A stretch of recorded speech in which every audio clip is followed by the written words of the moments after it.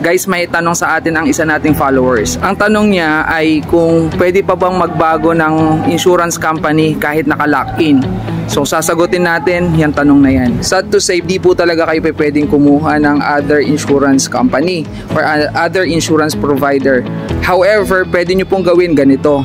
Bayaran nyo po yung first 1 year free insurance ni bank, and then i-update nyo po sila na ipapa-unlock nyo na po at kukuha kayo sa ibang insurance company.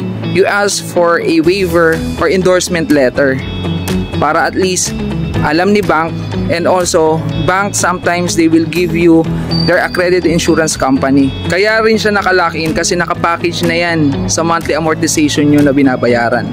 You just need to inform the bank po regarding dyan.